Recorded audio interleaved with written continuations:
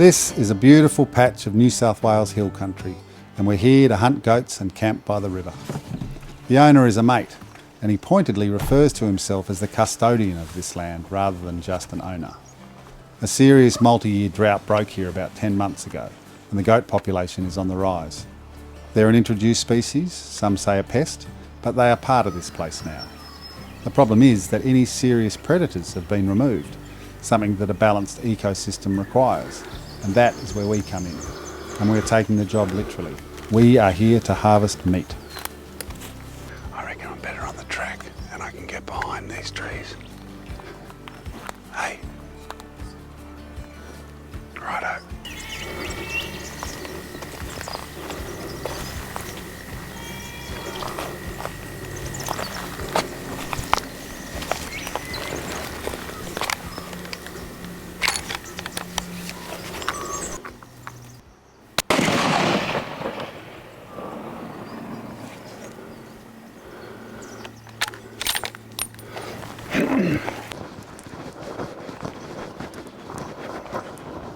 Hunting can be a lot of things. Violent, certainly, and abhorrent if that's the driver.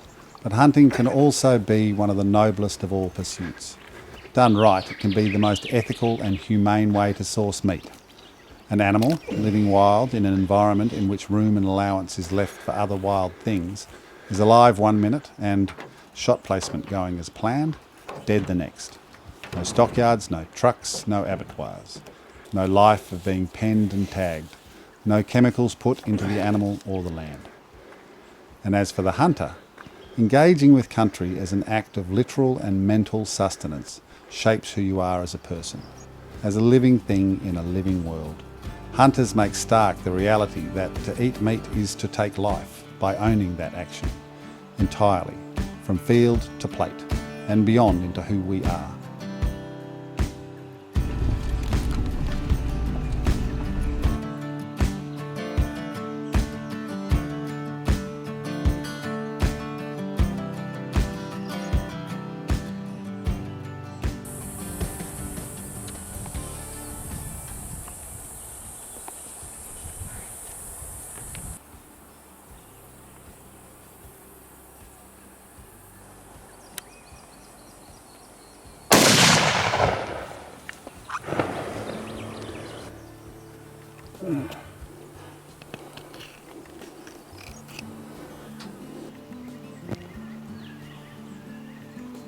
It is fundamentally human to hunt.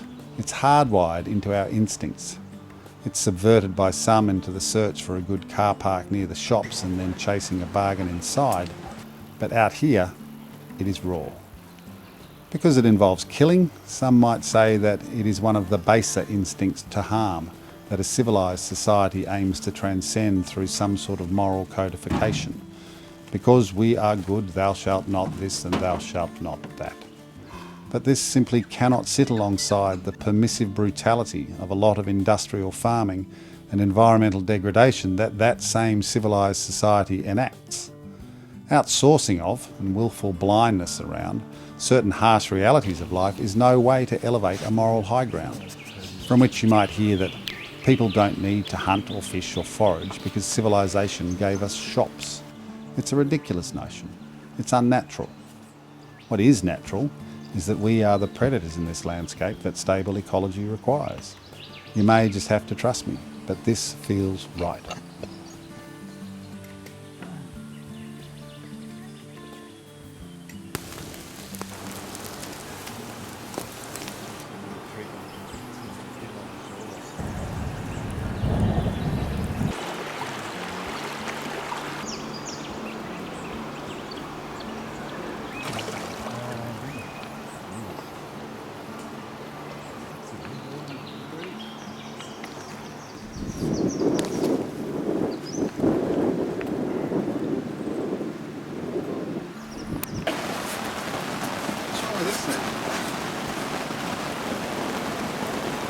Wash off all the flavour, I may have to re-salt that fella.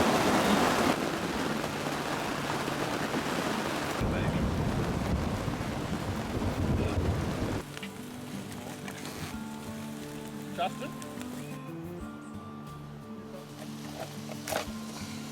No. We're all done.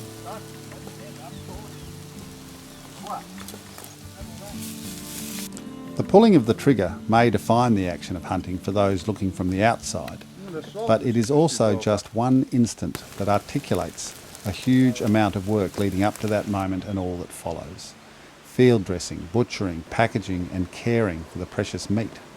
And there is a lot of thought, years in most hunters' cases, understanding why we do what we do. There is a moral philosophy, an environmental philosophy and a personal one, all built on our own ethics and traditions of respect that in some ways are as old as humanity itself. There's no point in an objector trying to curry guilt in an ethical hunter, because there is none. We have judged ourselves, and we've not done so lightly. We know what we are. I only eat hunted meat. It's the factory farm stuff that I can't countenance, and I've not eaten it for the last 30 years. Ollie, what do I call this? Ollie's cut? Bone and backstrap, I called it. So if meat is to be part of my diet, I have to come here, and I will continue to come, even if the act of the killing gets beyond me. Perhaps my son will provide, or I will only eat fish that I catch, or I will be a vegetarian again, I don't know. But for now, I am proudly a hunter. This is where meat comes from.